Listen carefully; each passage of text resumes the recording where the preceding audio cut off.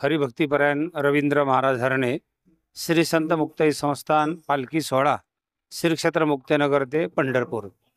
आदरणीय माननीय मुख्यमंत्रीजी आणि प्रशासनाने या सोहळ्याला यावर्षी 2024 मध्ये बऱ्याचशा सुविधा प्रदान केल्या। त्यामध्ये विशेष करून सोलापूर जिल्ह्यामध्ये जेव्हा सोलापूर जिल्ह्यामध्ये सोहळ्याचा प्रवेश झाला त्यावेळेस त्याचं स्वागत, पिण्याच्या पाण्याची व्यवस्था, आरोग्याची आणि शौचालयाची, हरितवारी, निर्भरवारी, सुरक्षित वारी या उपक्रमांतर्गत सर्व सुविधा पुरवण्यात आल्या। पंढरपूरमध्ये सुद्धा चांगल्या प्रकारची व्यवस्था शासनाच्या मार्फत झाली आणि परंतु वारकऱ्यांना ज्या काही आरोग्याच्या सुविधा आणि पिण्याच्या पाण्याची ते सरकारने ठेवले। स्वच्छता चांगली होती।